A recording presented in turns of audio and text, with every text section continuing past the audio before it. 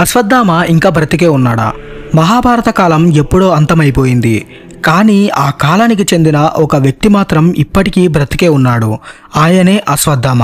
మహాభారత కాలంలో ఆయన గొప్ప వీరుల్లో ఒకడు. మనందరికీ మహాభారతంలో పాండవుల గురించి తెలిసే ఉంటుంది. ఇంకా అశ్వత్థామ గురించి కూడా తెలిసే ఉంటుంది. అశ్వత్థామ మహాభారతంలో ఎంతటి వీరుడంటే పాండవులని ఆల్మోస్ట్ చంపేశాడు. కానీ పాండవుల ఓటమిని చూసి కృష్ణుడు వేసిన ప్లాన్ వల్ల విజయాన్ని జయించారు. ద్రోణాచార్యుడు పుత్రుడు ఈ అశ్వత్థామ. ఈ రోజుకి అశ్వత్థామ బ్రతికే ఉన్నాడు అని చెప్తూ ఉంటారు. ఒక అడవిలో తిరుగుతూ ఉంటాడనేసి చెప్తూ ఉంటారు. అసలు దాని పూర్తి కథ ఏంటో ఈ వీడియోలో తెలుసుకుందాం. ఈయన అడవిలో మరి గుడిలో మనుషులకి కనిపిస్తూ ఉంటాడంట. ఈయనకి తగిలిన గాయం కోసం నూనెని అలానే శివుడిని పూజించడానికి వస్తూ ఉన్నప్పుడు కనిపిస్తూ ఉంటాడంట. అలానే ఈ కలియుగం అంతమయ్యే వరకు తను జీవిస్తూనే ఉంటాడు అని చెప్తూ ఉంటారు. అసలు ఇంతకీ మహాభారత కాలంలో అశ్వత్థామకి ఏమైంది? ఎందుకు చావు అతని దగ్గరకు కూడా రాలేదు? ఇలాంటి విషయాలు ఈ వీడియోలో ఫుల్ గా తెలుసుకుందాం. వీడియోని చివరి వరకు చూడండి, మీకే అర్థమవుతుంది. ఈ కథ ద్రోణాచార్యుడి కొడుకు అశ్వత్థామ పుట్టినప్పుడు మొదలైంది. అశ్వత్థామ చిన్నప్పుడు తన గొంతులో నుండి ఒక గుర్రం ధ్వని వినిపించేది. జనాలందరూ ఈ శబ్దాన్ని చూసి అతనికి అశ్వత్థామ అనే పేరు పెట్టారు. ఎప్పుడైతే తన పుట్టుకైందో అప్పుడే తన నుదుటి మీద ఒక విలువైన మణి కూడా పుట్టింది. ఈ మణి చాలా శక్తివంతమైంది. ఈ మణి అశ్వత్థామని ప్రతి దాని నుండి కాపాడేది. ఇంకా ఆ మణి ఎప్పటి వరకైతే ఉంటుందో అప్పటి వరకు అశ్వత్థామని ఎవరు ఏం చేయలేరు. ద్రోణాచార్యుడు చాలా మహానుభావుడు. మహాభారత కాలంలో ద్రోణాచార్యుడు అందరికీ అస్త్రశస్త్రాలు, విద్యలు ఇంకా శాస్త్రాలు నేర్పించేవాడు. ఈ విషయం అందరికీ తెలిసిందే. మహాభారత యుద్ధంలో ద్రోణాచార్యుడు పాండవులకి కాకుండా కౌరవులకి సపోర్ట్ చేస్తాడు. అలా కౌరవుల వైపు ఉండి అశ్వత్థామ యుద్ధం చేస్తాడు. తన తండ్రి లాగానే తను కూడా కౌరవులకి సపోర్ట్ అయితే చేస్తాడు. వీరందరూ కలిసి పాండవులను దాదాపు ఓడించేశారు. అలా ఇంకొంతసేపట్లో పూర్తిగా ఓడిపోతారు అనుకున్న సమయంలో కృష్ణుడు వేసిన పథకం వల్ల పాండవులు బ్రతికారు. అసలు ఏం జరిగిందంటే ఆ యుద్ధంలో అశ్వత్థామ అనే పేరుతో ఒక ఏనుగు ఉండేది. ఆ యుద్ధంలో ఇద్దరు అశ్వత్థామలు ఉన్నారు. ఒకటి ఏనుగు, ఇంకొకటి ద్రోణాచార్యుడు కొడుకు అశ్వత్థామ. కృష్ణుడు పథకం ప్రకారం అశ్వత్థామ చనిపోయాడు అనే మాట యుద్ధ భూమిలో మారుమోగిపోయింది.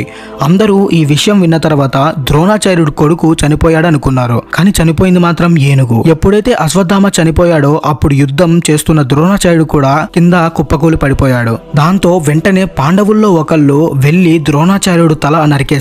ఒకవేళ ద్రోణాచార్యుడు అశ్వత్థామని ఆపకపోతే పాండవులు అందరూ ఓడిపోయేవారు. ఎప్పుడైతే తండ్రి చనిపోయాడు అని అశ్వత్థామకి తెలిసిందో అప్పుడు అశ్వత్థామ కోపంతో పాండవులతో మళ్ళీ యుద్ధం మొదలు పెట్టాడు. తన తండ్రి మరణానికి కారణమైన వాళ్ళని చంపేద్దామని డిసైడ్ అవుతాడు. అందుకే అశ్వత్థామ అధర్మ యుద్ధాన్ని ఎంచుకుంటాడు. రాత్రి అందరూ పడుకున్నప్పుడు ద్రౌపది 5 కొడుకులని నిద్రలోనే చంపేస్తాడు. ఈ విషయం అర్జునుడికి తెలిసింది. చాలా కోపంతో అశ్వత్థామని పట్టుకోవడానికి పరిగెత్తాడు. అశ్వత్థామ తనని తాను కాపాడుకోవడానికి ఆలోచించకుండా బ్రహ్మాస్త్రాన్ని ఉపయోగించాడు. కానీ అశ్వత్థామకి బ్రహ్మాస్త్రాన్ని ఉపయోగించడం మాత్రమే తెలుసు. కానీ దాన్ని మళ్ళీ వెనక్కి తీసుకురావడం తెలియదు. అలా అశ్వత్థామ ప్రయోగించిన బ్రహ్మాస్త్ర తిన్నగా వెళ్లి అభిమన్యుడు భార్య కడుపులో తగులుతుంది. దాంతో అభిమన్యుడు భార్య ఇంకా కడుపులో ఉన్న బిడ్డ ఇద్దరు చనిపోతారు. వెంటనే కృష్ణుడికి కోపం వచ్చి అశ్వత్థామ నుదుట నుంచి మణిని తీసేస్తాడు. కడుపుతో ఉన్న స్త్రీని చంపడం అధర్మమని చెప్తాడు. దానికి శిక్ష నీకు కలియుగం అయ్యేలోపు చావు రాదు అని శపిస్తాడు. నువ్వు అలానే కలియుగం చివరి వరకు తిరుగుతూనే ఉంటావు అని శపిస్తాడు. ఆ మణిని కోల్పోవడం వల్ల అశ్వత్థామ తన శక్తులని కోల్పోతాడు. ఇది అశ్వత్థామకి పెద్ద శిక్ష. అలానే తల మీద మణి లేకపోవడం వల్ల తన నుదుట నుంచి రక్తం కారుతూనే ఉంటుంది అని చెప్తూ ఉంటారు. మణి పోవడం వల్ల వచ్చిన దెబ్బ తన నుదుట మీద ఇప్పటికీ ఉంటుందని చెప్తూ ఉంటారు. మధ్యప్రదేశ్ లోని బురాన్పూర్ కి 20 కిలోమీటర్ల దూరంలో ఉన్న ఒక గుడిలో అశ్వత్థామ వస్తూ ఉంటాడనేసి చెప్తూ ఉంటారు. అక్కడ ఉండే వాళ్ళు ఆ గుహ లోపల ఉన్న కుతేశ్వర్ మందిర్ కి అశ్వత్థామ రోజు వచ్చి పూజ చేస్తూ ఉంటాడనేసి చెప్తూ ఉంటారు. ఆయన రోజు వచ్చినప్పుడు ఎవరికి కనిపించడంట.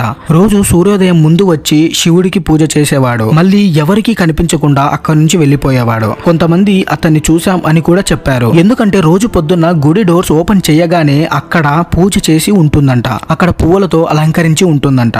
సాయంత్రం గుడిని క్లోజ్ చేశాక లోపలికి వెళ్లి ఎవరు పూజ చేస్తారు? అక్కడ ఉన్న కాపలాదారుడు లాక్ వేశాక లోపలికి వెళ్లడం అసాధ్యమని చెప్పాడు. అశ్వత్థామని చూసిన వాళ్ళు అతను మనుషుల కంటే చాలా పెద్దగా ఇంకా ఎత్తుగా ఉన్నాడంట. అలాగే తన ఒంటి మీద ఉన్న దెబ్బల నుంచి ఎప్పుడు రక్తం కారుతూ ఉంటుందని చెప్పేవారు. అలానే ఈ గాయాలు మహాభారత యుద్ధానికి చెందినవని, అలానే కృష్ణుడి శాపం వల్ల అడవుల్లో ఇంకా ఇప్పటికీ తిరుగుతూనే ఉన్నాడు అనేసి చెప్తూ ఉంటారు. మీరేమనుకుంటున్నారు కింద కామెంట్ అయితే చేయండి. వీడియో నచ్చితే లైక్ చేసి షేర్ చేయండి. అలానే ఇలాంటి మరిన్ని వీడియోస్ కోసం మన ఛానల్ ని సబ్స్క్రైబ్ అయితే చేసుకోండి.